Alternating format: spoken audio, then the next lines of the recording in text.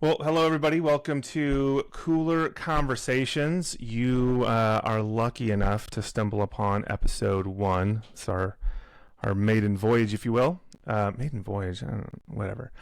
What we plan to do this podcast is talk about pretty controversial topics. Sometimes it's political, sometimes it's social, and sometimes it's personal. But you want to know what? Just because it's a hot topic doesn't doesn't mean that we need to get heated over it. So I'm joined with my buddy Mike, and we have a history of just shooting the shit over pretty difficult topics, and we actually lie on kind of leaning different directions when it comes to most issues. Mike, I'd say you probably slant a little bit more conservative. I would say I probably slant a little bit more liberal, but there's plenty of things that we kind of have shared values over. And yeah, let's talk a little bit about why we're starting this thing. And actually, quite honestly, this is something we've been talking about for a while. Every time we get into certain conversations, we've talked about how why can't we see people talking about things in this way? Like, why can't we just find people who either disagree or they're just kind of rational with how they talk about things? Like, everything just seems so inflamed all the time. Everything is outrage, 100% of the time, all day, every day.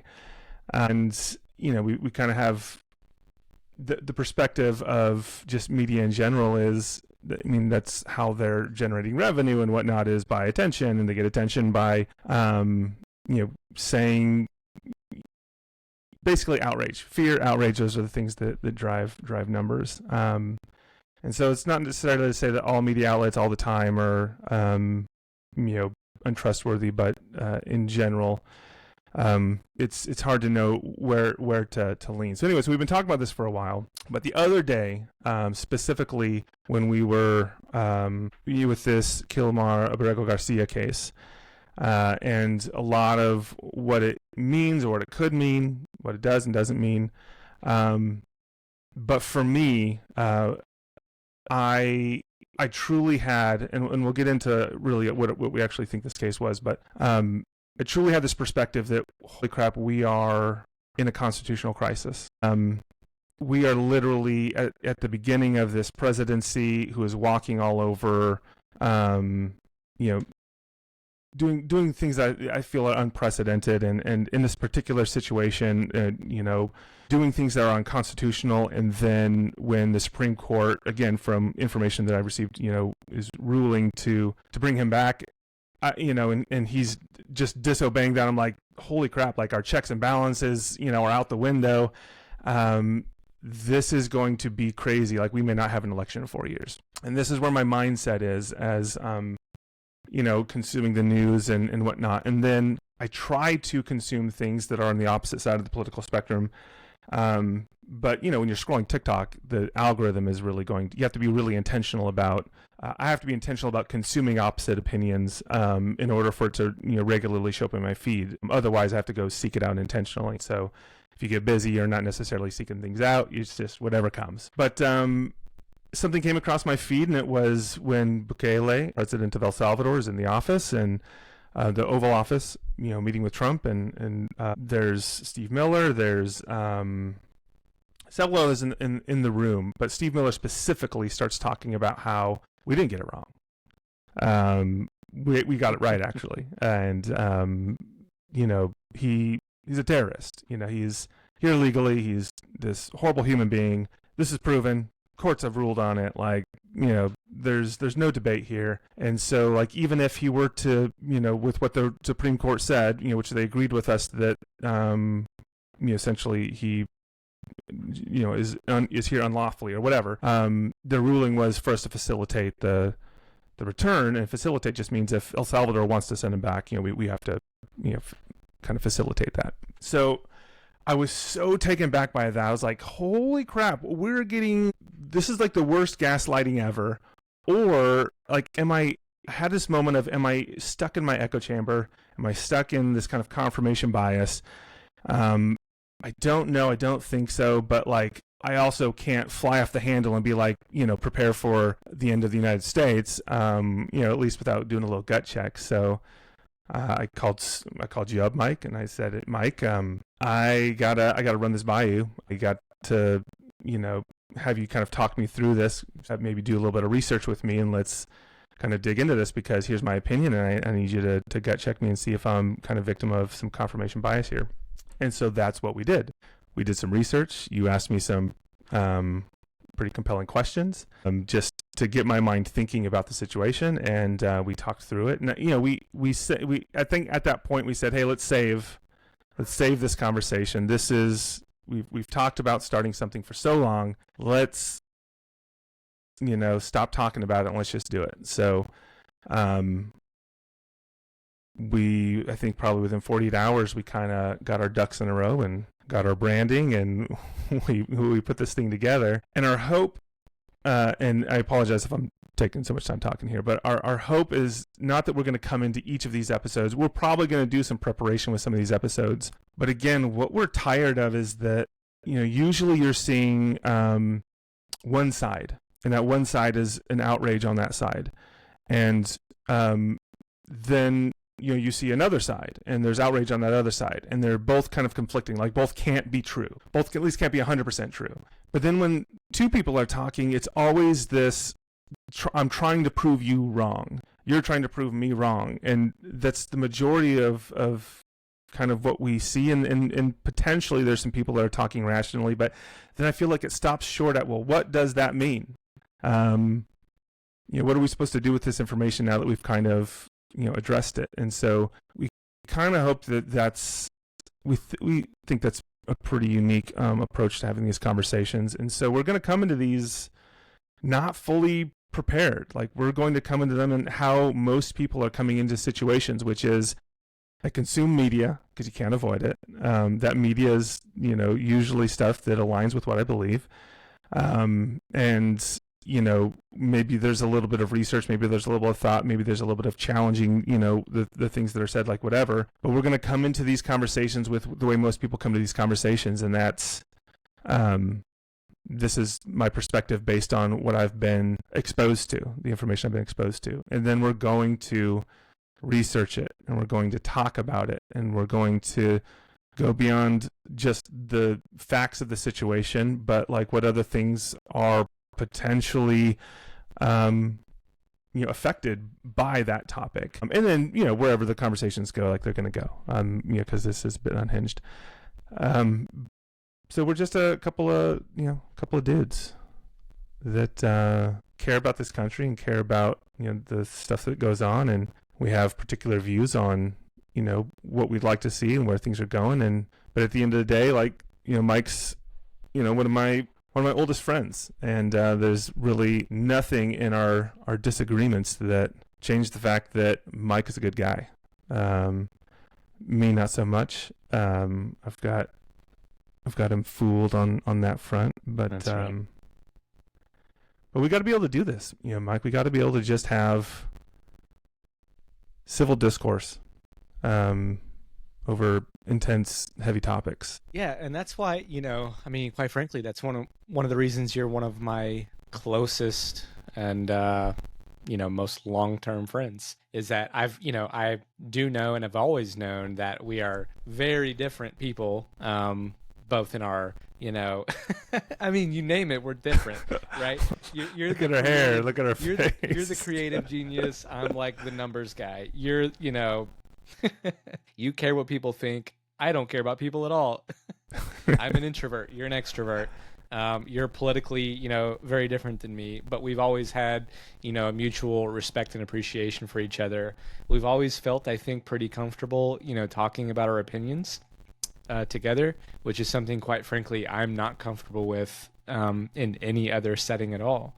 And I feel like it's always frustrated me that, it could be at a family reunion, it could be at work, it could be wherever. I am not comfortable, and I do not share often my thoughts, particularly around political topics, But as we all know, that kind of cascades into every other facet of life, and it can be little cultural moments every day. It could be a viral clip on TikTok. It could be small things like this every day.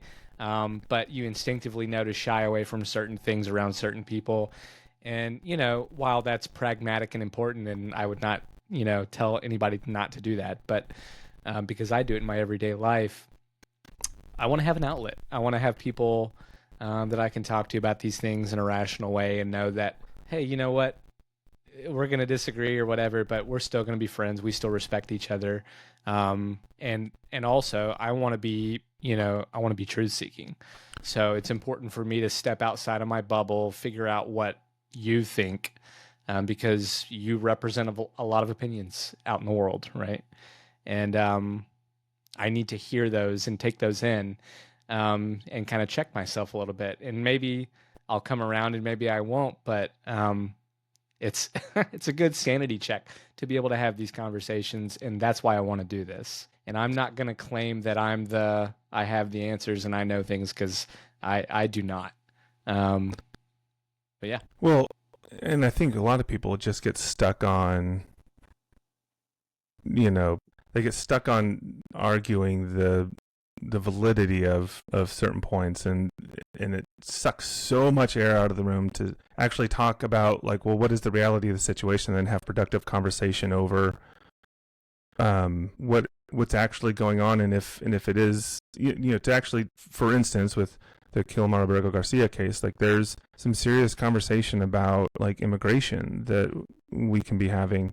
But we're stuck right now, enraged over the facts or the details as they're being presented, by different media outlets. And make no mistake, I mean, it's a serious situation. But there's something that you said. It's like when you're out and about, and like, it's going through your daily life, and I don't know, you get a clip, you see a clip, whether it's funny or whether it's, like, serious or whether it's whatever, and you go through your mind of, like, who, like, I don't know, there's sometimes even just something's funny, and I think that it's silly funny, but I'll be like, I don't know if I can, who can I share this with without them thinking that, like I don't know, like, it's just, I had a reaction to it, and I want to share that. And the more I think something becomes, like, political and, like, divisive and whatnot, it's even more so like, oh, if I share this, who will not judge me for a question that I have about this, or for an opinion that I have on this, or for having a reaction that may or may not be right, the right reaction, but, like, I've got to react. And I think that people are so quick to say, you said this one thing, now I know everything I need to know about you. You said this one thing, and now it's that forever. And you can't have an opinion that is potentially based on just the environment that you are in, and then us have a discussion, then you'd be like, oh, well, actually, I didn't see it that way. I no longer feel this way, or whatever. Like, everything is, you said it, and now you're this person forever, and I'm going to judge you and roast you and cancel you and, like, whatever. Like, everything is outrage. So anyways, I think enough about the premise of this. Today we are going to, I think we have already kind of let the cat out of the bag that we're going to talk about the Kilmar Abrego Garcia case. We are going to share with you and we know a lot more than we did a few days ago, but just what we know, where we have, consumed that information, what we've done on our own. And then we're actually going to do a little bit of digging into some stuff to talk about and debate through, or argue through, whatever. But before we get into the Kilmar Abrego case, we are going to talk about another recent event that honestly, everything from I think almost the silliness of some of it, but kind of the comedic aspects and the maybe even almost embarrassing. But there's some other stuff that I think some people are bringing up that are pretty serious. But Katy Perry in space. Katy Perry. You want to talk about Katy Perry in space? I do want to talk about Katy Perry in space. Okay, so when I first saw it first came across my feed with the lead up to it, which was just all female crew going into space. And honestly, I didn't really think much of it. I was like, oh, okay, cool. Katy Perry's going into space. But I don't know. Should we kick this off with some? Should we kick this off with some clips? For those of you, I think that's appropriate. We should fully set the mood, and that mood is cringe. Very cringe. Yeah. For those of you that have been living under a rock, speaking of under a rock, have you seen it's the Tig Notaro Under a Rock? Do you know who Tig Notaro is? No, double no. She's this female comedian. And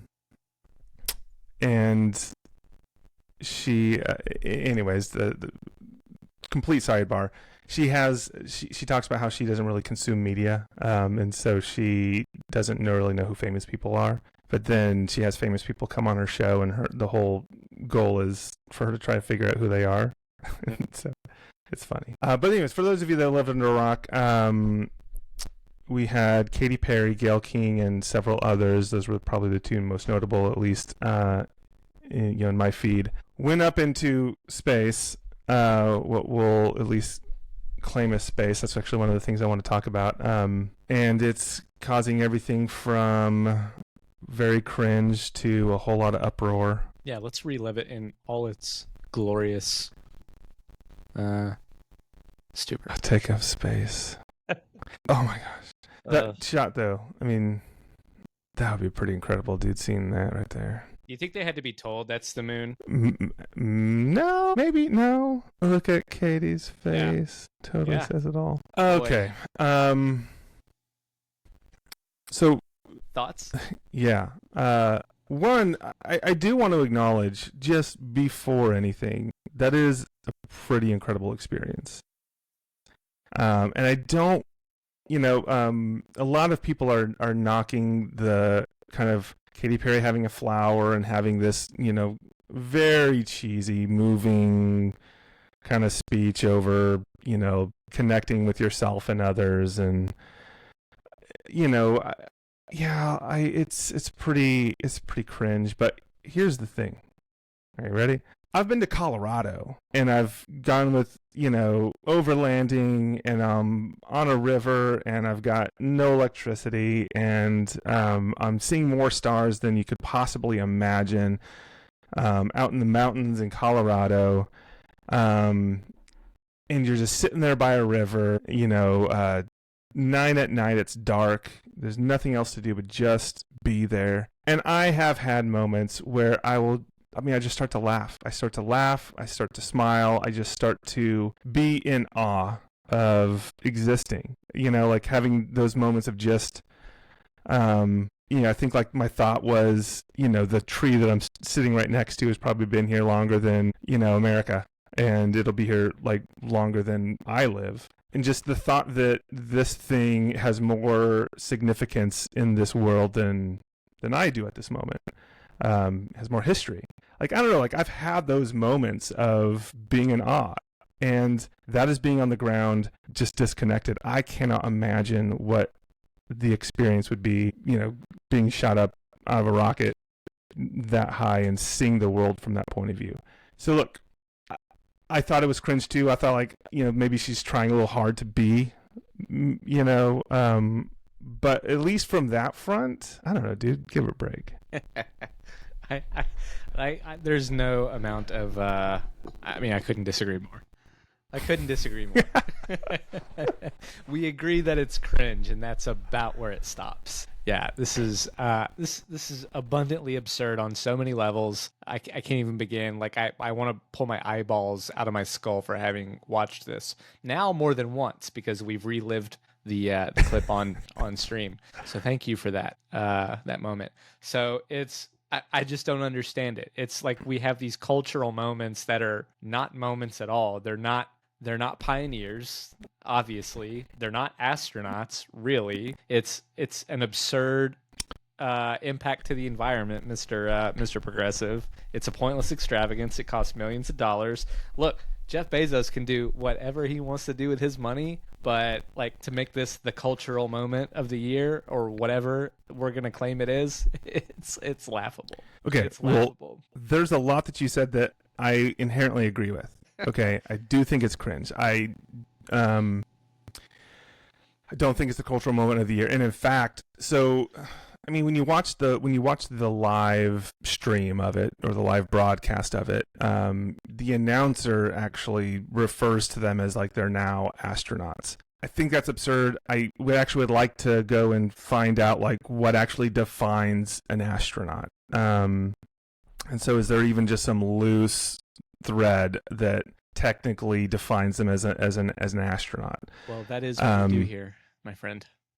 So you get down on that. I'm going to get to the next point. The next thing is what makes it a little the most like, I don't know, like at the end of the day, I'm also like I don't know that I care. You know, like I don't care what they think it was. I don't know that it matters that much to me. But I do think that if the history books go down as this was the first all-female, astronaut crew, that's for me a little disheartening, because there are people who dedicate their lives to pursuing, whether it is the Air Force, and then from the Air Force, going into astronaut training and whatnot. I mean, there's a list of women that deserve accolades. Yeah, Sally Price, 1983. I mean, the list goes on. These are our pioneers. Yes. And so I don't want, like, if there's a moment in the future where there actually is an all-female, by profession astronaut crew that goes into space, like, I don't want this moment to be the thing that goes in the history books and not the real thing. I also don't want that to go in the history books, but perhaps that's a conversation for a different day. But I will say this, again, I do think that you're right, that there's a lot of environmental effects about just shooting a rocket up into space. I think that, if all this was just a joyride, and, Gail King talks about how, like, there's supposedly, like, learnings that they're supposed to, be taking from this. And so, if there are things that are going on that I don't know about, and again, I would like to look into that. Well, actually, let's stop right here. What is an astronaut? Yeah, so like with all things that we, should discuss properly, there's a little bit of nuance in how we talk about them. So from a technical standpoint, what I would say is pretty much everything we're returning here says the term astronaut is a NASA term, and that is designated specifically for someone, like you said, has been through astronaut corps, has trained extensively. That is their actual profession. So it's a profession, and it's one with NASA. But of course, in the common parlance, that term is used for anyone that's been beyond Earth's. Beyond Earth's. I know a few. You will never hear me say. I know a few multi-syllable words, Craig. I know this will be a shock to you. Okay, but so but in in our everyday speaking, is that better? I want to be exposed to fancy words. Okay, yeah, I'm gonna hit you with a couple. Yeah, I mean, we most people think of an astronaut as just anybody goes beyond the atmosphere. So it's okay. So Katy Perry is not an astronaut. Okay, well, one, beyond the atmosphere. What? Look this up for me real quick, and I'm gonna keep going. But what is beyond the atmosphere? What's the elevation? Katy Perry participated in Blue Origin's New Shepard NS-31 mission, an 11-minute suborbital flight that reached a maximum altitude of 66.5 miles, surpassing both the 50-mile and Kármán line thresholds. The all-female crew included Perry, Lauren Sanchez, Gail King, Amanda Nguyen, I believe is how you pronounce that, Aisha Bo, experienced about 4 minutes of weightlessness. The flight was fully autonomous, meaning none of the passengers had operational roles. Katy Perry's activities included singing Louis Armstrong's "What a Wonderful World," holding up a daisy in tribute of her daughter, and displaying a tour set list, Craig, which is, as we all know, a very important checklist item once you achieve weightlessness. I'm not seeing immediately how... Well, so, one, the argument is, does going beyond that 50-mile threshold, does that in and of itself make you an astronaut? I personally don't think so. But so again, at the end of the day, I don't... The Kármán line is kind of what some would kind of hinge their argument on there, calling her an astronaut. It's... It's however you want to interpret that. Well, I don't. I don't. I don't. So Cheers. yeah.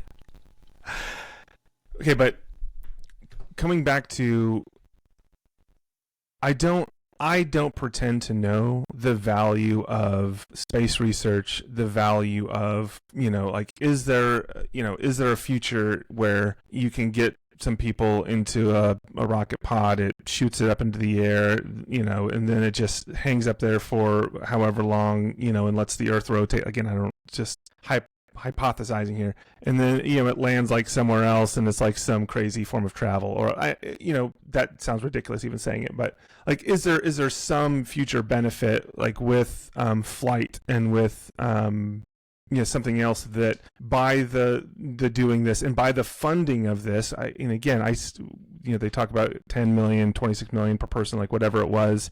One, is that the actual cost, and two, did they actually pay that, or was this like, I think there were some connections that made this happen. But listen, there is all that, but you have to start somewhere, and guess what? If the 6 female aspect of it is what got it in the media, got people talking about it, got people caring about it, and by the and the funding that they give, and the celebrities and wealthy people can do to have these experiences, helps to further the innovation. Like, I still think it's cringe. I don't know that I care to see it in my news feed, but at the same time, I can't discount that there could be.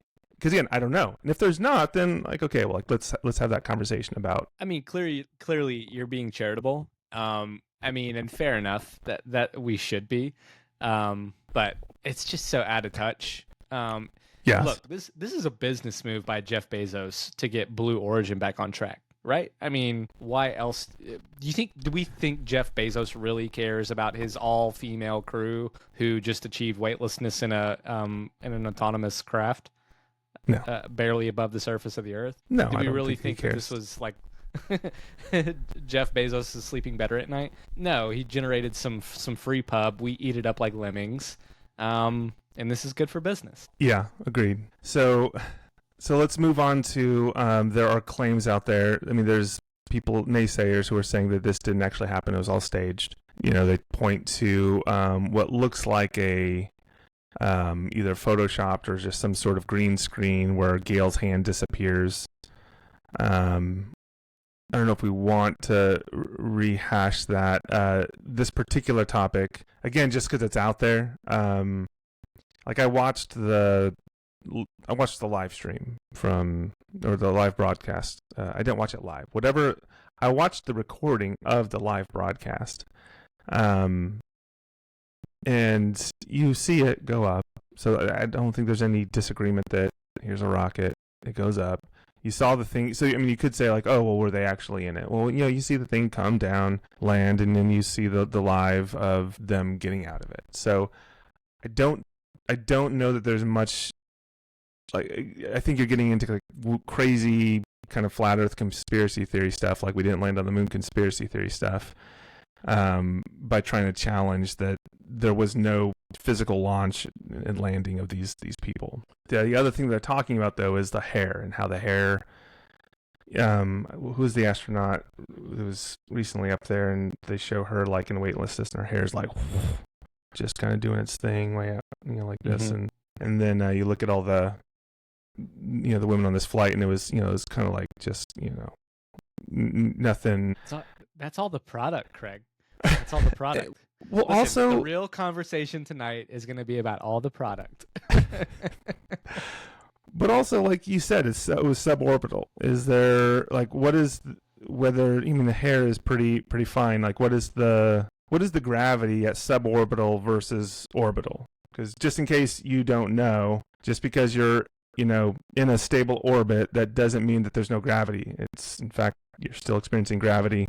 So it's going around and it's constantly falling. So it's falling in this kind of, anyways. So there's still gravity. It was not just lessened gravity, it was zero gravity, according to reports. So then what we're saying is the gravitation, like there's whatever gravitational experience you're having on this Blue Origin flight is what you would have on the NASA space shuttle or space station orbiting Earth. Yeah, listen, we're getting out of my wheelhouse here, but if what people are leaning on is like the floating patterns of the crew's hair, like you've lost the plot to me. Yeah. Well, then you have people pointing to the hatch and how the hatch, it opened inward and it usually opens outward. Yeah. That's called a photo op, people. Yeah. Well, plus, like I don't know if I don't think that this pod was supposed to go into an orbital pattern and with like the intense reentry or whatever, because it didn't look like the reentry was with the intense burning and heat and whatnot, and so I don't know that. I don't. It doesn't seem like the nice, smooth, elegant touchdowns of Falcon 9. Right, exactly that. Yeah.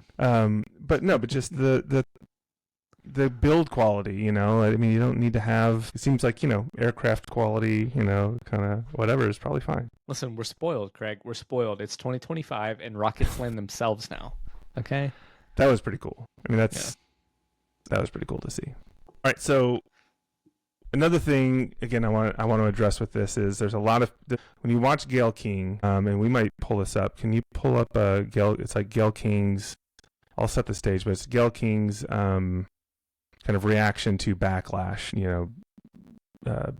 She's essentially there's a lot of backlash, and she's talking about how like nobody can take this achievement and all this stuff from her and these women and again, I don't know that I'd say that this is an achievement. I think that nobody can take this incredible experience from you, and that's where I will yield is, again, I think that's probably a pretty incredible experience. Yeah. And she's talking about how have you been to space? Here we go. Yeah, let's check it out. Okay. All right. So, it's hard. Like I'm having a hard time having Taking a cooler conversation about that. Space, and it's our space.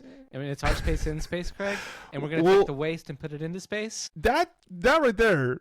I hope that's not what they're exploring. Is how can we take our garbage and shoot it up into space? Like, how can we take 10 kilograms of trash and then put 2,000 kilograms of jet fuel to launch it up into space? I've had a complete change of heart on this subject, Craig. I think we're wrong.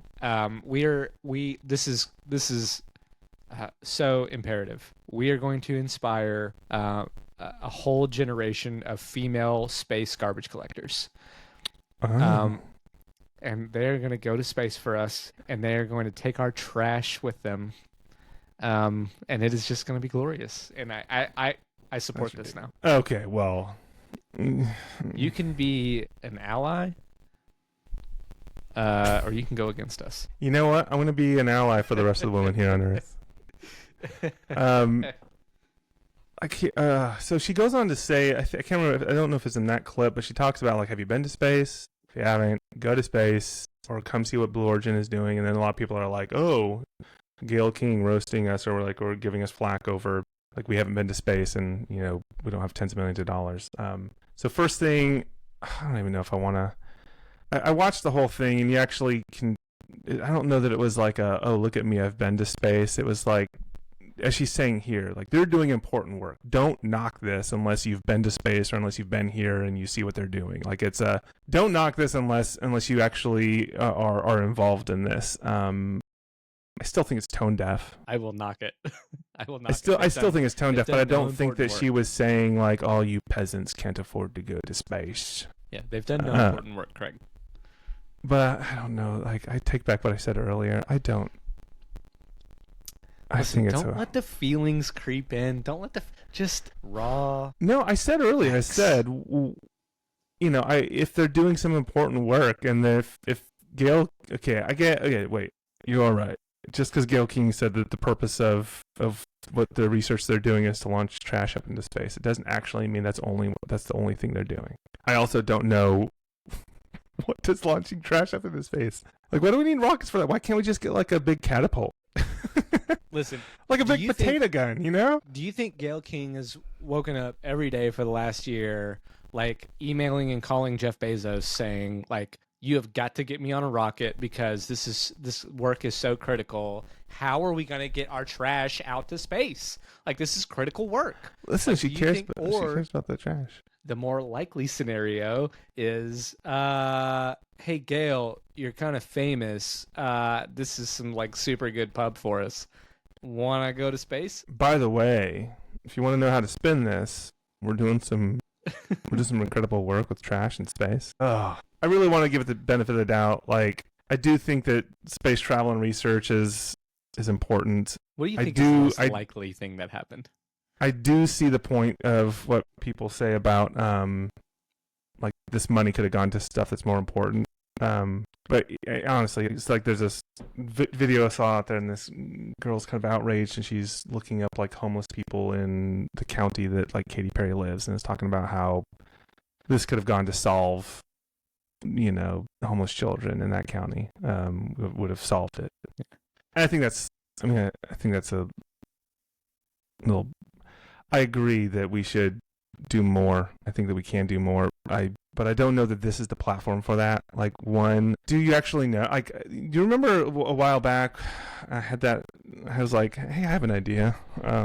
Let's come up with some sort of like company that, you know, tries to recruit churches to, you know, take care of one homeless person. That's right. Because, and you can fact check me if you want, because I'm going to say it. There are more churches. I'm talking about building, like church organizations. There are more churches in this country. And I'm even going to, I don't know this for sure, but I'm going to make a bold claim. There's more Christian-based churches in this country than there are homeless people. And if one church, just a whole building, a whole congregation, were to take care of one homeless person, and I'm not talking about just giving a little bit of money, I'm talking about sponsor that homeless person, make sure they have food, you know, clothing, place to stay, whole ball of wax. That would eradicate. And guess what? Like, the church would be more built on a mandate of taking care of the homeless than Katy Perry. So I would love it if Katy Perry were to donate to, you know. So just ballpark figures from a quick search. The estimated number of churches in the United States is 380,000. The number of homeless people is 771,000. I mean, one church for every 2 homeless people, which is still, to your point. I'll eat a little crow, but but your point stands. Well, and again, I don't understand it because I don't have feelings, but I think your point stands. Well, but also, you know, I went down the path during that time. I was like, oh, like this would be like, but I talked with, you know, homeless shelters and different organizations, and it's not just a money issue. Like, it is so much more complicated than just money. And even the people that are doing it, there's a lot more work than just money. And so just to say, like, Katy Perry needs to toss $26 million, like, for all you know, that $26 million, a fraction of it goes to actually, you know, supporting the issue. And even how is it being supported, and is it actually, you know, are you addressing not only the need of people now, but also like what's driving it? What are the root causes that drive homelessness? Are you addressing those things before, like, so anyways, again, I think it's just another thing for people to get outraged about and to have a problem with. So while I do support rich people having less money and, you know, poor people having more money, I don't know that this was I don't think that this was the situation to make that point. We have a general agreement on the situation. We disagree entirely in the detail, I think, which is interesting. I don't care about the money at all, and in fact, I think Jeff Bezos can spend his money however he wants, and if he wants to blow millions of dollars to send ladies to space, then whatever makes you happy, man. Because you're a cold-hearted conservative. It's my money. I'll do what I want. If the shoe fits, I'll have it made in China. But that's not what's being portrayed here, right? No, it's not. It's my money. I can blow it how I want to. Let's let's go do that. Let's pretend it's this other thing over here, and it's this. Yeah. This. I guess if you are going to try to make women. it, and And all I can think is, thank God we finally got, the whole cast of characters into space, because without that moment, I don't know what we would have done for feminism next. It would have been stuck. They got it unstuck. There's that. Do you have a? I think I sent you a clip. So I was telling you about it. Hold on, we got a chat? Chat it up. This is episode 1. How do we have chat? I don't even know how to work the chat on this system. That's how new we are. So chat, I see you, hear you, my heart's with you. My heart goes out to you in space. I'm creating space for that chat. But no, there's that video of this song that this person sings, like, Katy Perry goes to space. So let's end on that note. Let me see if I can find it. I can send it to you if you need me to. Yeah, send it over if you would. I guess email it to you. That would be preferable. And recut that. Just run that line again so we can cut down the blank space. I'll edit it out for that one person that's watching us live. Because we're taking up space, Craig.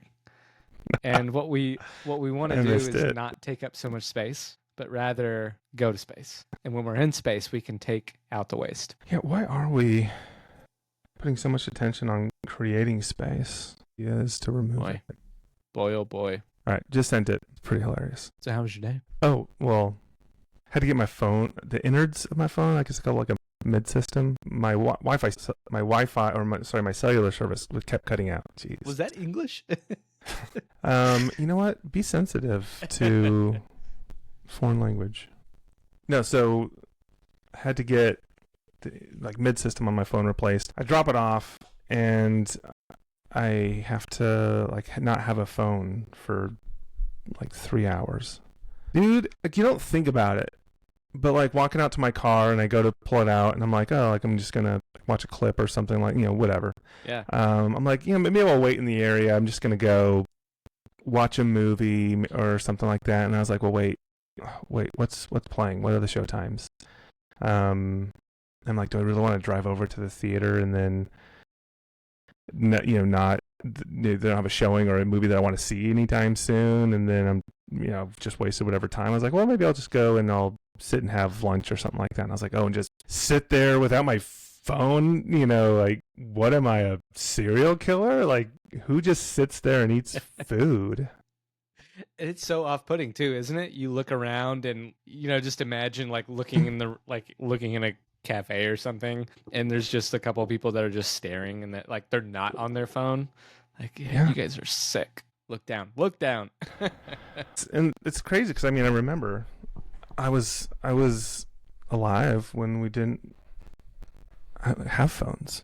I remember when I got my first phone, and how is it now that it literally is I can't imagine what it's like for kids that will grow up and never know what life is like without this technology, and it's only going to get more. Yeah, it's so bizarre. As you know, I have a son, and he's 8 years old, and there are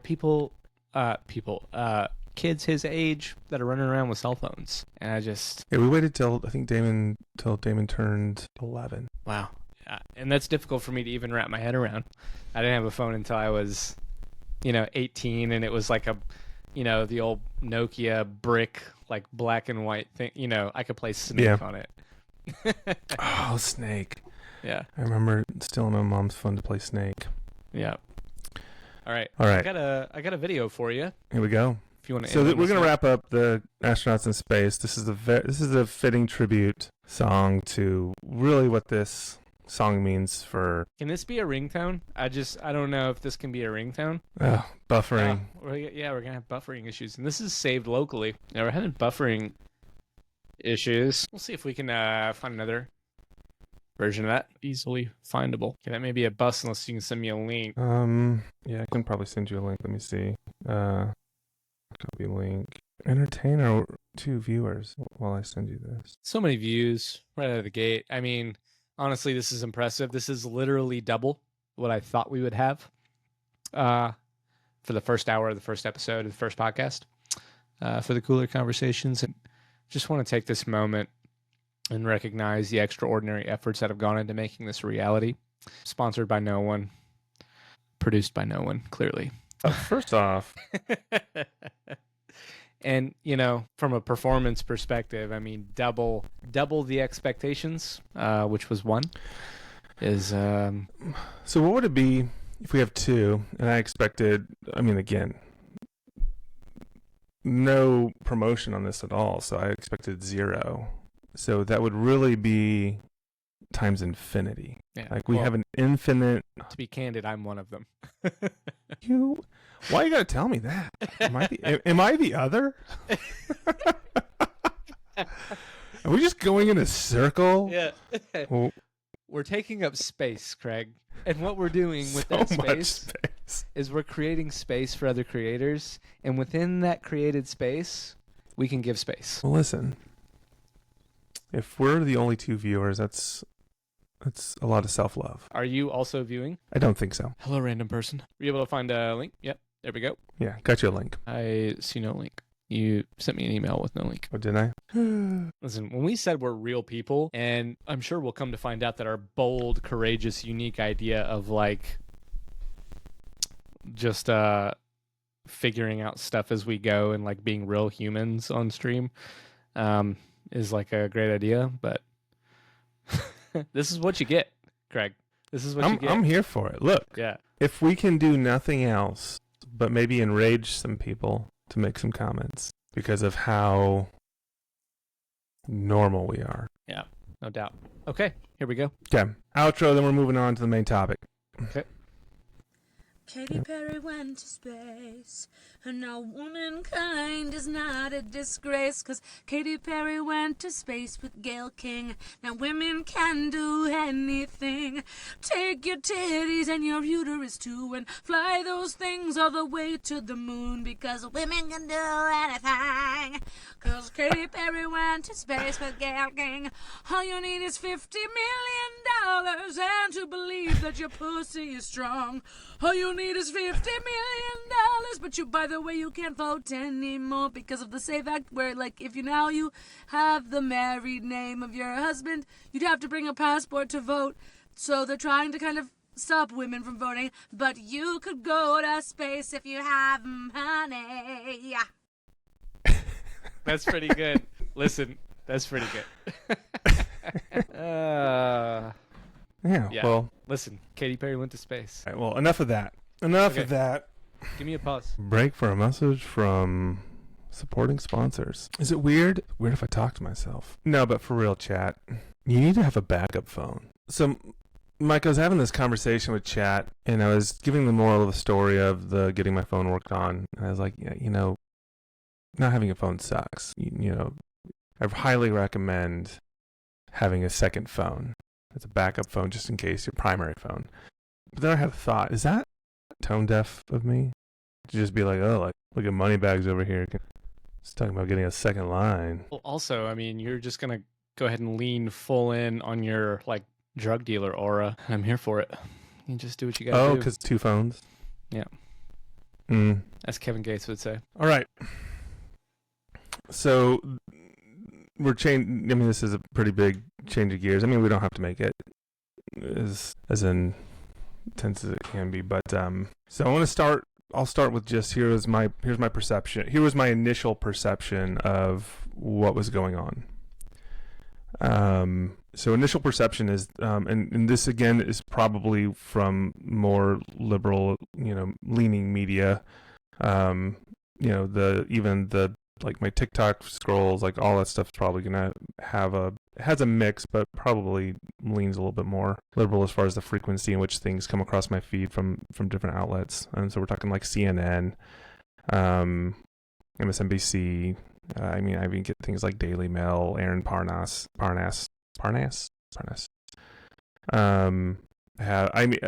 of my favorites. Why am I calling these people out? But it's the news lady. She's actually pretty good on just giving the facts. I like it. So anyways, this is what I knew before I called you, and that was that Kilmar Abrego Garcia, Maryland legal resident, was unlawfully taken and then with no due process, sent to CICOT, the kind of terrorist prison in El Salvador. And just like that. The background on Kilmar, he's here legally. He's married to a U.S. citizen. He has children who are U.S. citizens. He has a job he has had a job that he was well liked and did well at, and there's no criminal history. There's no ties or anything to any gang, terrorist organization, anything like that. He's just literally here as a legal resident. And I think at the time, whether it was an assumption of mine as things started to unfold, with maybe it was just my misunderstanding of what legal resident meant. I think I even told you, I think he maybe even has a green card or something. And so that was my situation going into it, and that there was a court ruling that tried to stop the plane, that told the planes to either to not take off or to turn around. They didn't. And they're like, oh, sorry, too late. And then went up to the Supreme Court, and the Supreme Court said this was wrong. You got to bring him back. And that date came and went, and nothing happened. And all of this actually with the acknowledgement from the Trump administration that this was a clerical error. And so that being my side, that was pretty scary to think that somebody could just, again, if without due process, you can just take somebody.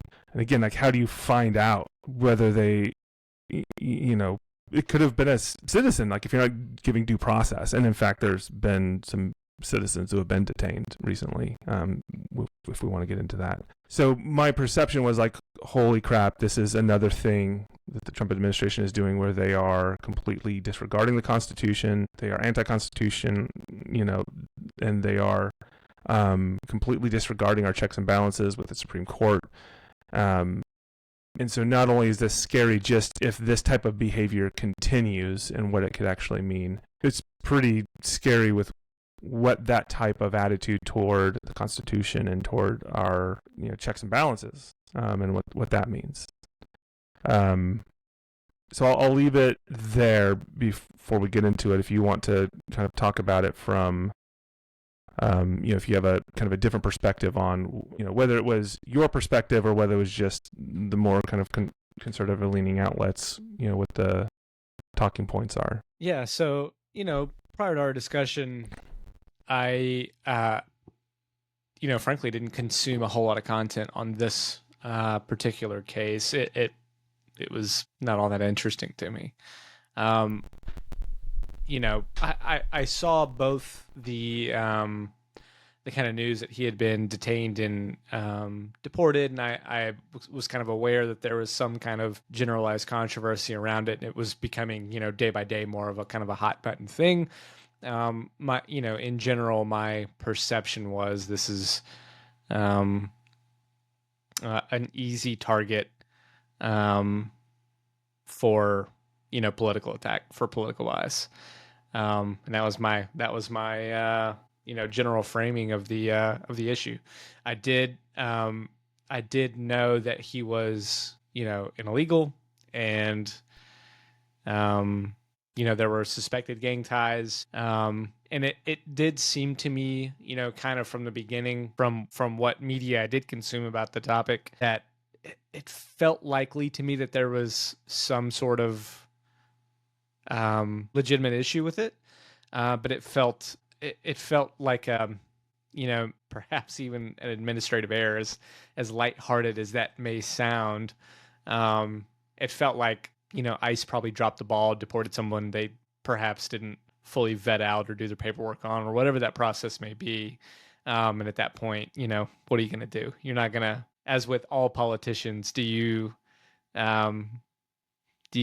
admit the mistake and try to rectify, or do you save face, frame the story, and march forward? And of course, we know the answer to that question. So admittedly, I didn't know much about the case prior to our conversation. I suspected that there was some sort of issue that may have been valid. But I got to be honest, even with that, I'm not sure it held much water with me. In general, my opinion, and probably the opinion of most on the right, is he's an illegal. I mean, tough. You're out. Okay, so yeah, and then that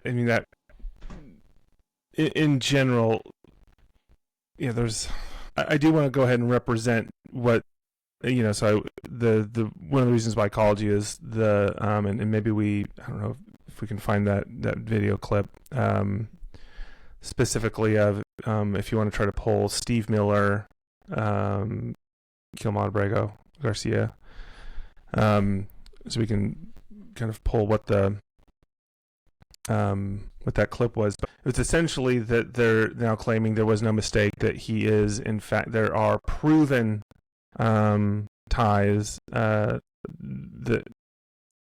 MS-13, and that he was here legal, and he there was this like history of violence. Like there's now the talking points are like, no, we got our guy. Like this was a violent criminal, illegal alien. So like, what do you mean due process? Like this was already ruled on. Like we made a good call by getting this person out. Right. And even just the talking points around the Supreme Court ruled in our favor. So I want to talk about that. So like I guess let's start with just the Steve Miller clip, if you've got it. And I guess while you're pulling it up, I guess one of the biggest things that, let's just say, and this was the question that you asked me, like, let's just say that everything that Steve Miller is saying is correct. Let's say that all that is proven to be, like, it's not a debate, like those things were correct. Now, how do you feel? And the first thing I thought was like, well, one, let's say those facts about him were correct. Like now my thought was, why is the Supreme Court even facilitating a return? If what we got was we caught one of the really bad ones and we put him right where he needed to be, like why is there even a ruling that is going to say like, we need to facilitate his return? And then his kind of reply is, well, he would come back, we detain him, we deport him again. So it just didn't make sense to me. But even let's go a step further. I don't know that whether somebody is here illegally or not, I think that there's a lot to have a conversation with around our immigration processes that I don't know that people really understand. Like people are like, oh, illegal alien, they crossed over, crawled under some fence and, and they snuck into our country. And I feel like that is a perception that people have of undocumented immigrants within our country. And one, I just, in general, I'd love to support it with what we can find, but most of these people come through legal ports of entry, and no spoiler for the Kilmar Abrego, but he did not.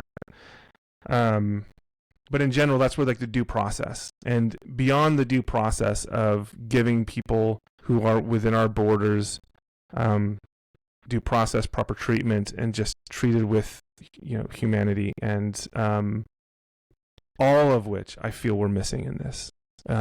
It just seems so celebratory and callous in the way that Steve Miller and Trump and what's her name, the Pam press, Bondi. what? Pam Bondi. Press secretary, something Levitt or something. Yep.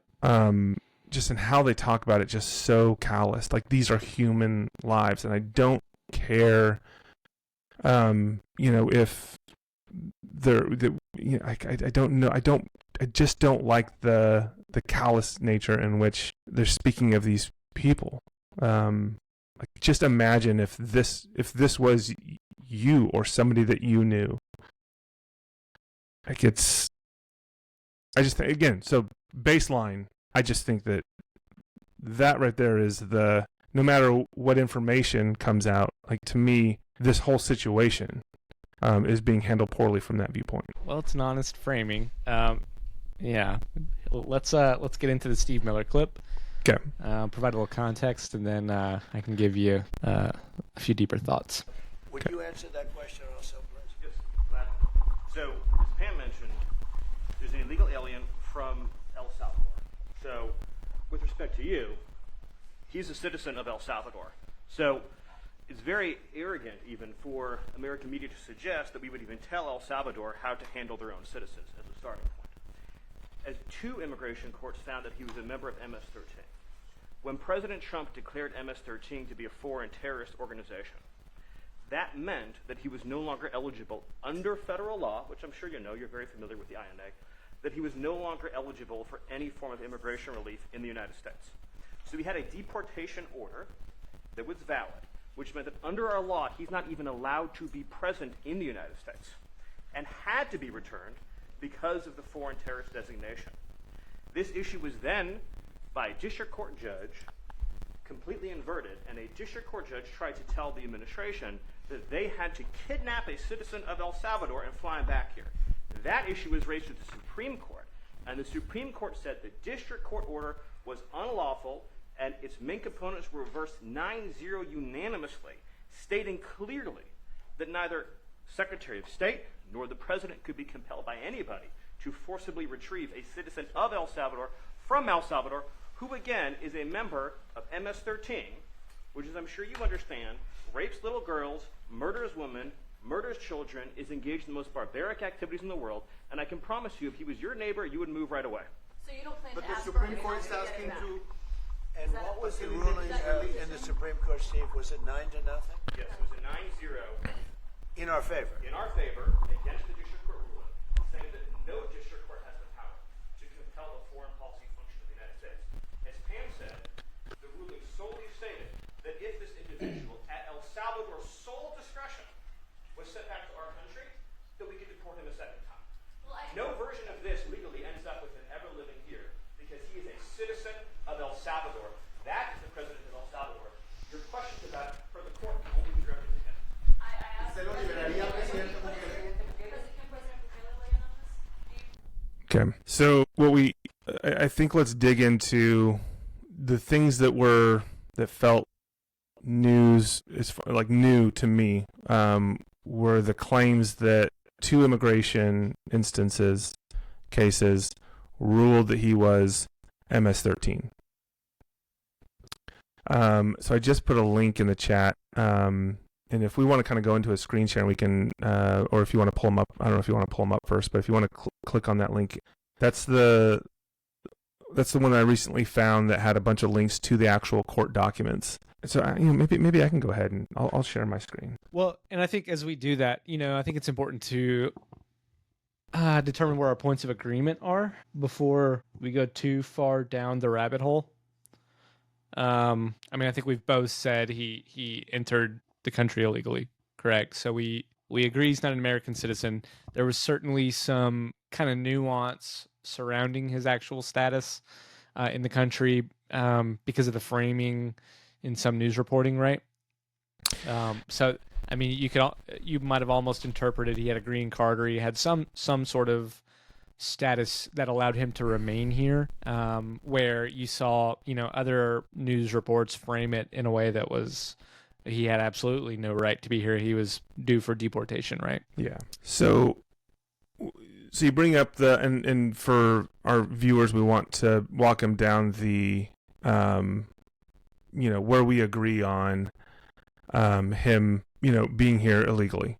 So the first thing, and I don't know if it talks about in here, maybe we can find the source cited for that. One, I'm on BBC. So far, this is one, whether you like BBC or not, this one just had links to the .gov like filings and stuff like that, and so that's primarily why I'm showing this. So what we've found out is he admitted, and so I guess we should do it kind of the sequence of events, not necessarily chronologically. So in 2019, he was detained outside of a Home Depot in Maryland.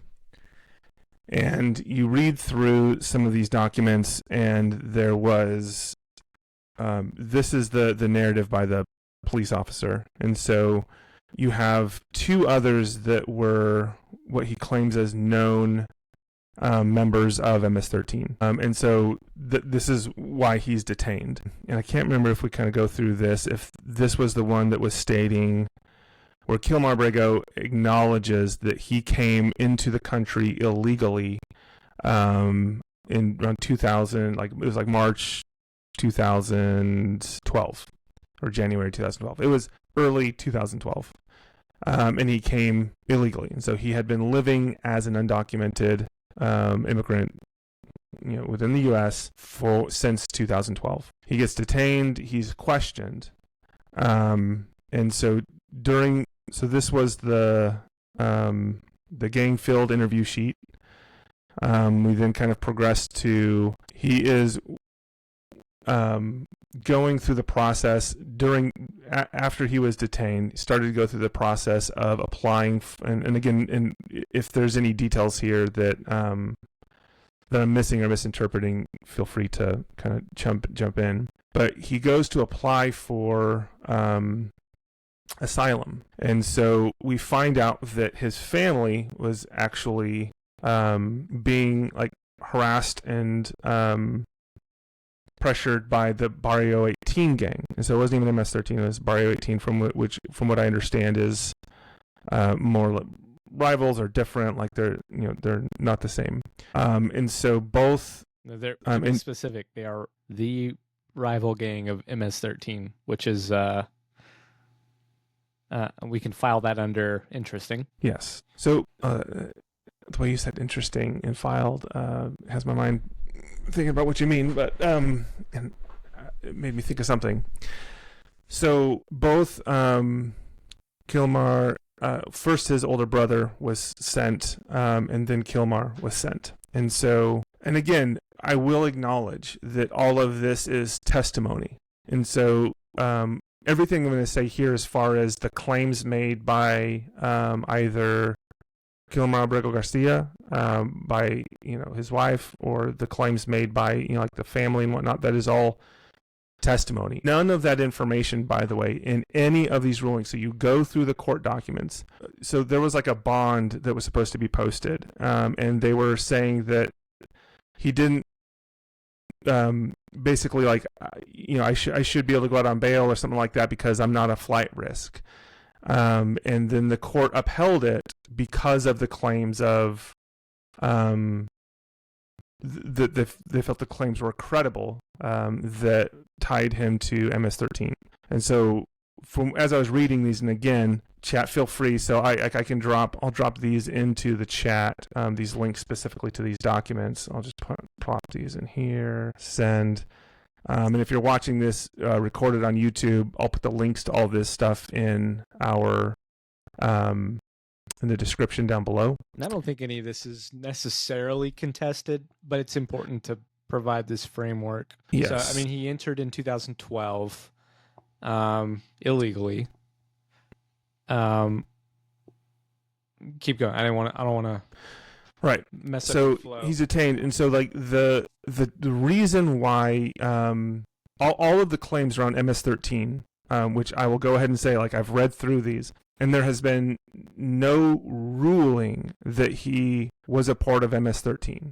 There was, and the specific topic primarily came up as him seeking bail during the proceedings. And they said, like, well, it's credible enough that we're not going to give you bail. And so, again, the things that were identified.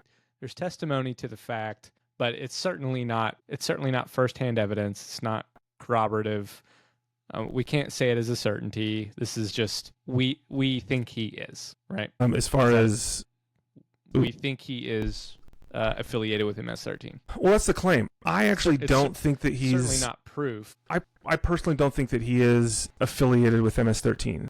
I will be honest. After reading this, and people say like, oh, he was wearing the Bulls, hat, and that's proof that he was part of MS-13 because of the connotation of the Bulls with the horns, and that was kind of call it a PC version of like their like logo or icon or whatever, their symbol, which is like I think like a bull with horns, and so that was the what they were saying, like, oh, see, this proves that he's part of MS-13. The second thing was the tattoos, which we can get into if we want to pull a photo up later. But again, to me, none of those things actually say that he was a part of MS-13. And when you actually read the report, there was this name that the officer said based on what he knew of the titles. It was like with the Checchio.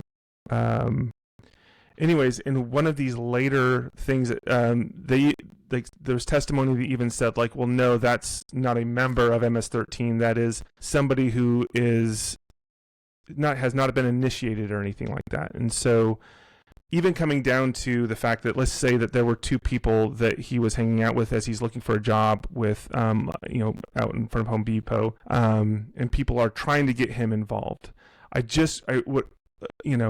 I want you to imagine, like, I know going through high school, the clothing that you would wear or the things that you would do in order to try to appear tough, to try to fit in so that you would not, be an easy target or whatever with some of the cliques and stuff in school.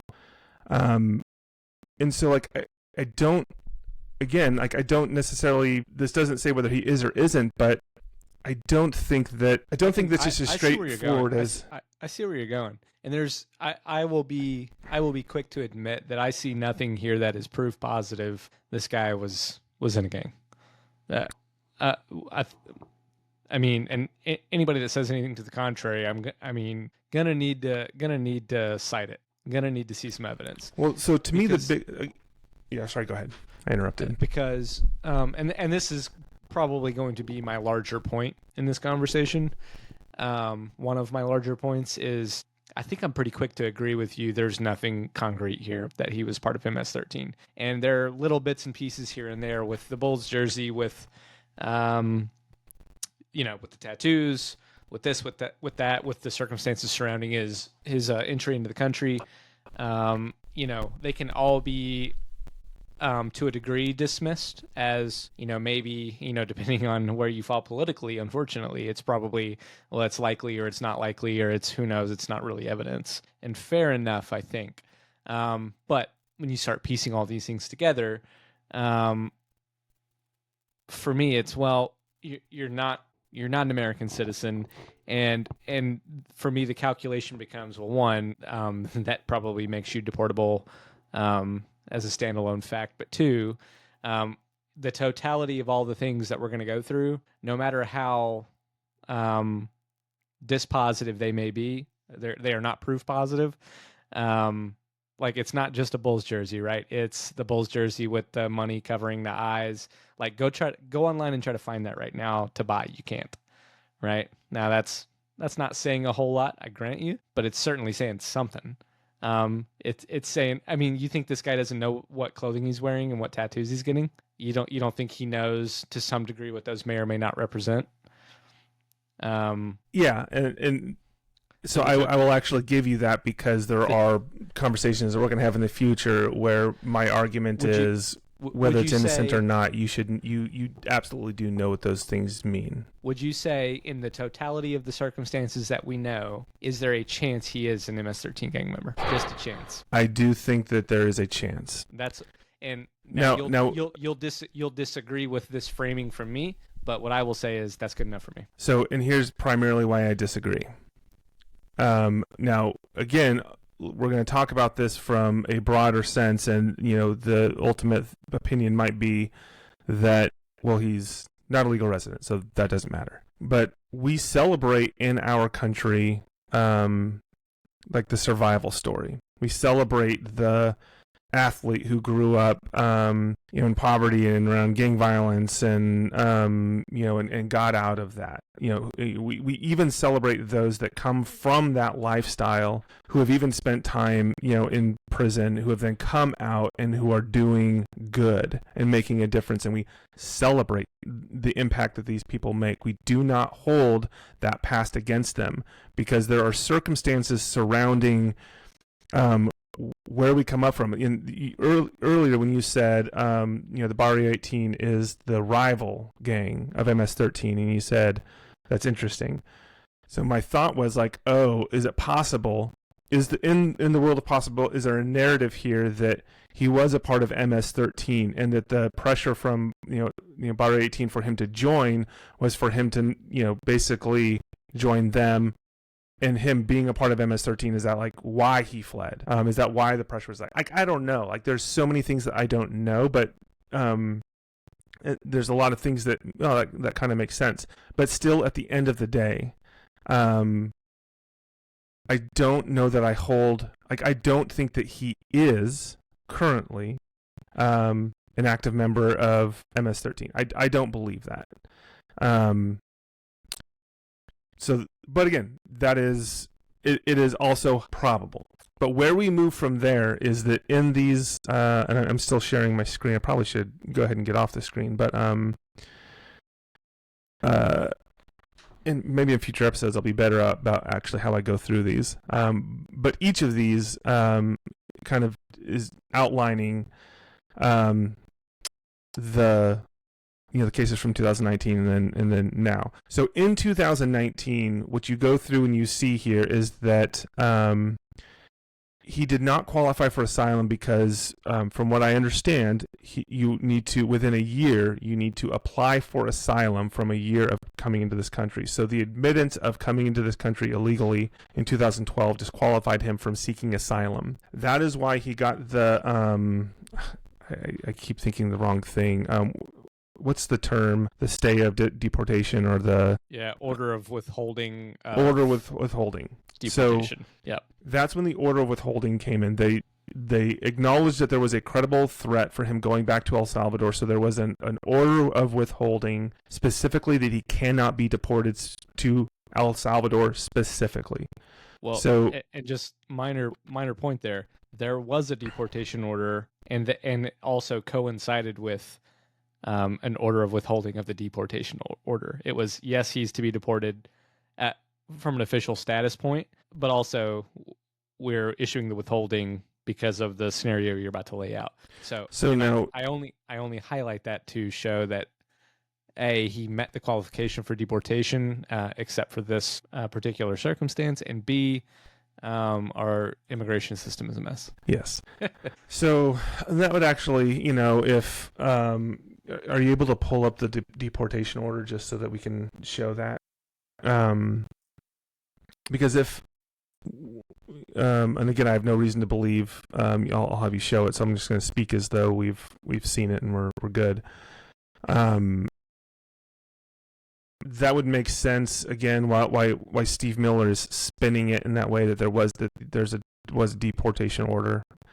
Where I find him to be false is that it seems as though the claims made in immigration court about him being a part of MS-13 that were not actually ruled on. And I also, there's a difference between, and I don't know the different courts, but there's like a criminal court if there's a crime, and there's immigration court. And so for him to, immigration court is going to potentially weigh in on things that maybe he was arrested and there's criminal court and like whatever, but like gang involvement or like violence or like anything like that, none of that was proven, none of that was ruled on in any official capacity in court, and the only conversation is just around refusing his bail. So he gets out.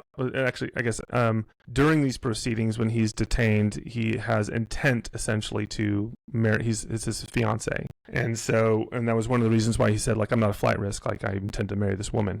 And then one of those people like, well, you're not married, so you can't make any claim, that you're not a flight risk based off of future intent. Was one of the things that I read. So at that point though, he has a stay withholding of deportation. And he then, from what I understand, gets annual work permits with annual interviews with ICE. So here's the biggest point that I have on anything that you might say with, well, he's here legally or whatever. And so is that all of that stuff was already adjudicated. Like and anything that hasn't still requires due process. Not proven to be a part of MS-13. He's not, proven to have, like, there is no criminal record.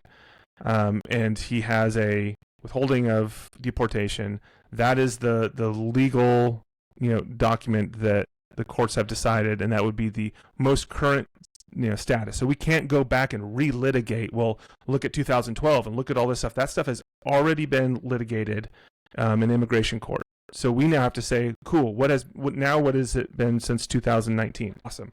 Work permit, checks in with ICE, doesn't miss it, no criminal record, and has a withholding of deportation specifically to El Salvador. Anything from now on needs to have due process if you're going to change any of that. He's like, as of 2019, he is here legally. Why not? He's not an American citizen. I didn't say He's he's an not American here citizen. I said he's here legally. Say it again. Here legally. So you're saying that the withholding of deportation doesn't make his stay here legal? I suppose you could frame it in that context, but no, he is here illegally, and he has a temporary order withholding his deportation. That doesn't make him here legally now. That just means we are suspending his deportation. So see, now I don't know. Now I feel like we're splitting hairs. Yes, I think one of us is playing semantics. Yeah. So if what we're saying is we're not going to deport you right now, at least specifically to El Salvador, and we're meeting with you annually, and you have the right to work.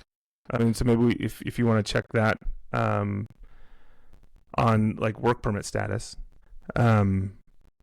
then like if you're not here illegally, like if you're not breaking any laws by being here, then you are here legally. That's quite the charitable read. Quite the read. Kilmar Garcia was granted withholding of removal. Say that 5 times fast. Yeah. Withholding removal.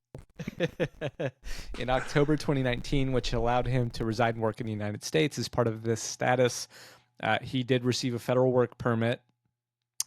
This permit was renewed annually with background checks conducted by DHS each year starting in 2019 and continued through at least 2024. He complied with annual ICE check-ins as required by his status. However, following his illegal deportation to El Salvador in March, his current work permit status is unclear. Well, you don't say. So I will say, not so charitable, he had a work permit. Yeah, I mean, I guess if you want to frame it that way, we can go that way.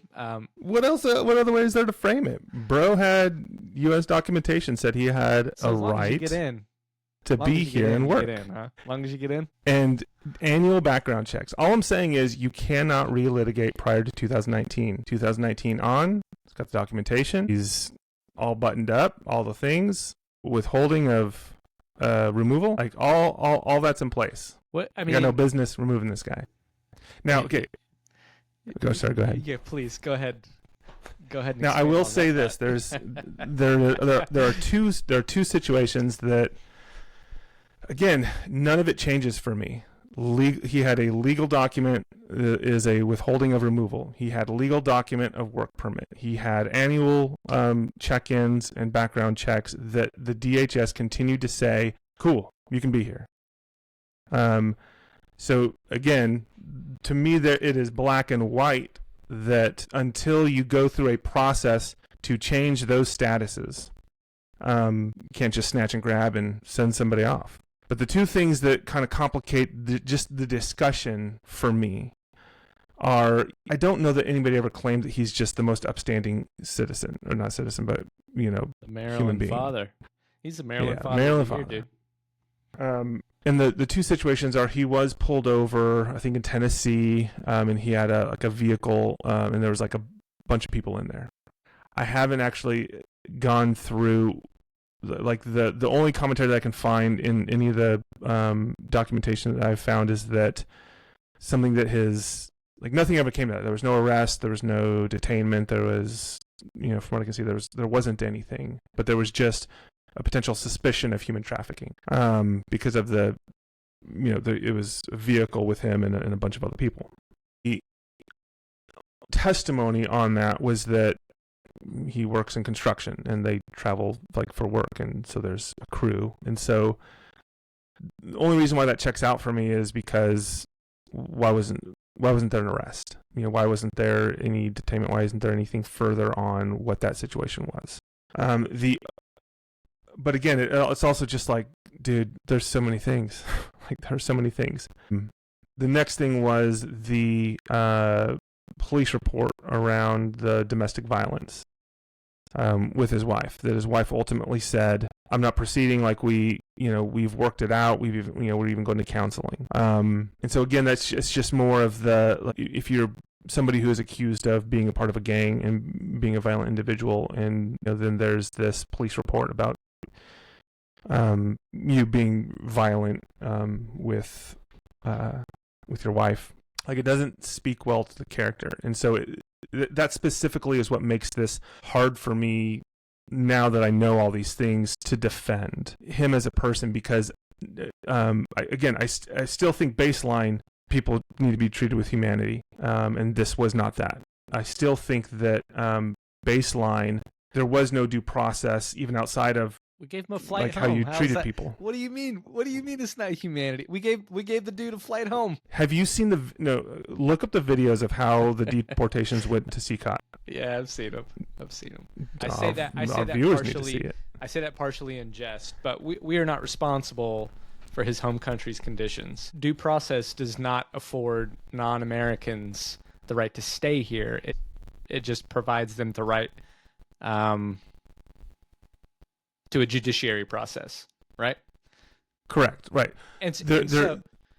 So, look, the totality of the again, this comes down to the totality of the circumstances for me, says that, yeah, I don't know that we can necessarily prove he was MS-13, but totality of circumstances is there is a chance he was. I don't know if it's more likely or less likely, but there is certainly a chance that he was. This guy is not Father of the Year in Maryland. We got the arrest records to prove it. We got the issue with his wife to prove it. We got the legal documents to prove it. His first act of patriotism to this country was to break our law. This guy is not our best and brightest. This guy is not what our founding fathers envisioned for being a multicultural society. And due process does not afford him the right to be an American. It just affords him a right to a trial.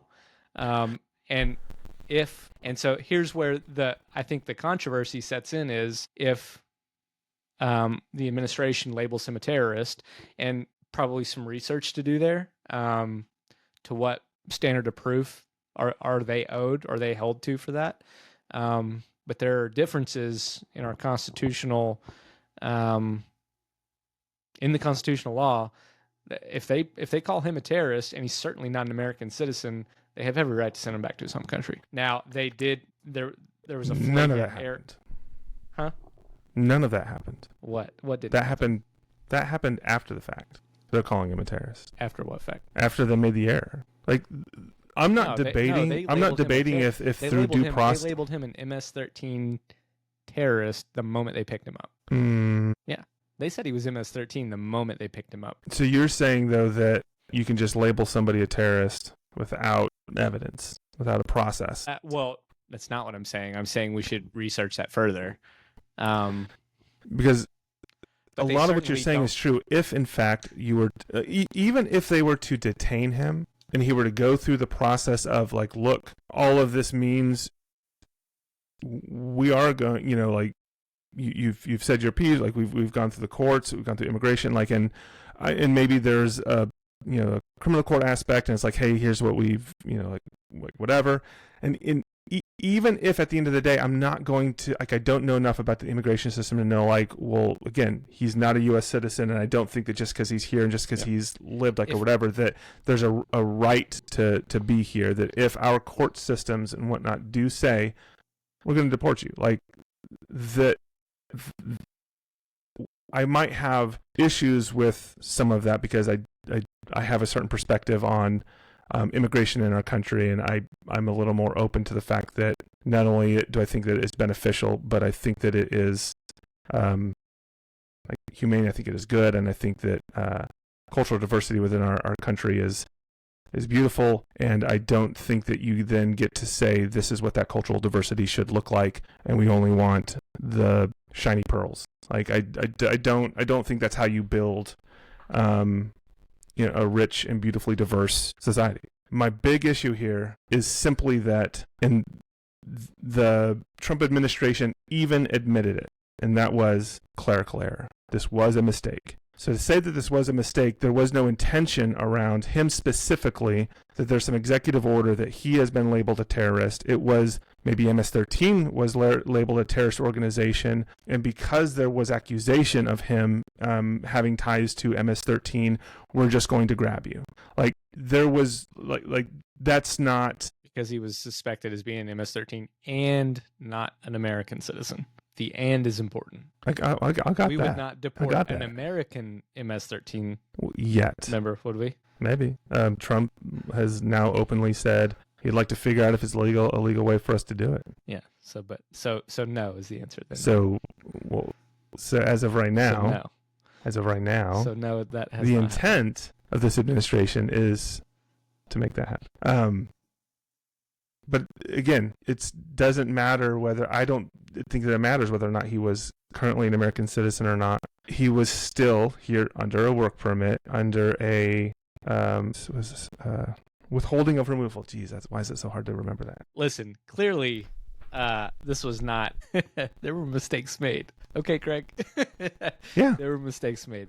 Look, I think they even said it. I mean, was it who was it? Was it the press secretary or was it Steve Miller who said, kind of in the early moments of the controversy, like that there was this kind of error with the, essentially they didn't recognize or didn't understand the withholding of removal order, and that's how he got booted. Yeah, understand that stuff before you start wrecking people's lives. No doubt.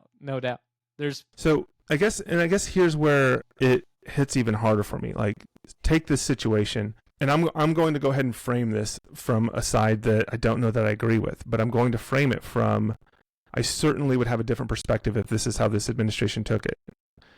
Look, we believe that there is, our immigration processes suck. We need a full immigration reform. That takes time. Right now to process, an immigrant, that has come through proper channels and blah blah blah is 5 to 6 years, on average, and some can take even more. So we get that there is, we let people in legally, they stay longer than they should, and that there's this whatever. We acknowledge that agriculture and other industry really do depend on even illegal immigrant population. We get that their undocumented immigrants actually do pay taxes, and that there is, tens of millions of dollars that flow into our into our government, from taxes from these, not to mention, our economy. We get all that this is a delicate issue, but we will not make progress on trying to fix the issue with where we can make quick progress while we're trying to make long-term progress. And so we wanted to start with the bad of the bad, and we messed up. We're still going to keep going after this because we think that this is good, but unfortunately, in this situation, we cannot compel. And I will look up at the Supreme. That's the one thing we didn't talk about, the Supreme Court ruling.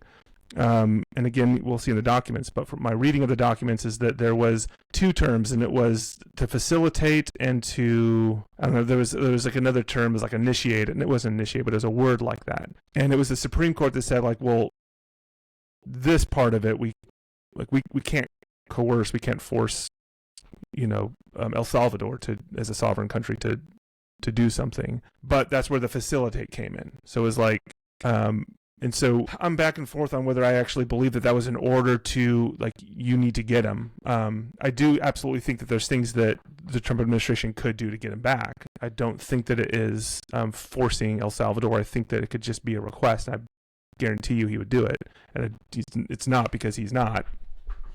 Asking, and I actually, that's another topic. But we messed up. I think. And listen. And so we can't do anything about this situation, and it sucks. And but we're still going to march forward, and we're going to try to learn from.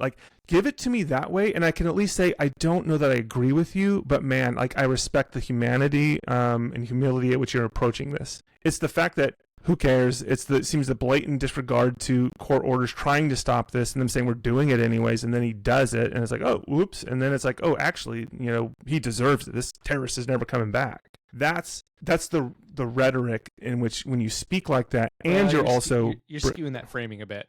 It's they did a dumb thing, didn't realize they had done it, and then once the cake is baked, then they framed their political story however they have to save face. Right. That's still an assumption that they didn't know what they were doing. Yeah, well, you're also making the same assumption that they did, right? But that's also based on, But again, I'll come back to what do you think's more likely? Is the government run by competent, intelligent, highly sophisticated, super efficient people, or they're run by everyday people who make dumb mistakes all the time? No, that's not it. This is an administration that ran on calling all immigrants rapists and terrorists and the worst of the worst, all of them. Well, that's not true. You take these extreme framings, you're going to get challenged. Okay. I will say that he hasn't specifically said all of them, but he also has spoken about them in generalities as rapists, terrorists, and murderers, and all of that. So somebody who is not trying to hide publicly a disdain for people, and referring to them in generalities as that, and not at all trying to give any clarification on, what, they're not all bad. Even just a little concession. And then you have a situation like this. To me, this is the fulfillment of that rhetoric. Well, we're going to probably hit an impasse on that specific point, because I disagree hard, and I can pull the clips to prove it. Maybe that can be a future episode. Okay. I do have a video I wanted to show. This is fresh. This is just in. This is from the administration talking about, I think, what the future implications kind of this situation could be as it pertains to immigration law. So I just wanted to play this for us. This is very interesting. I haven't seen this. I'm excited. You shout like that, they put you in jail right away. No trial, no nothing. Journalists, we have a special jail for journalists. You're stealing, right to jail. You're playing music too loud, right to jail, right away. You're driving too fast, jail. This is so fresh. Jail. You're charging too high prices for sweaters, glasses. You right to jail. You undercook fish, believe it or not, jail. You overcook chicken, also jail. Undercook, overcook. You make an appointment with the dentist and you don't show up, believe it or not, jail, right away. We have the best patients in the world because of jail. So again, looks like we've got some anticipated changes around the immigration front. Listen, that's not. I honestly, that was probably not too far from reality. So you laugh now.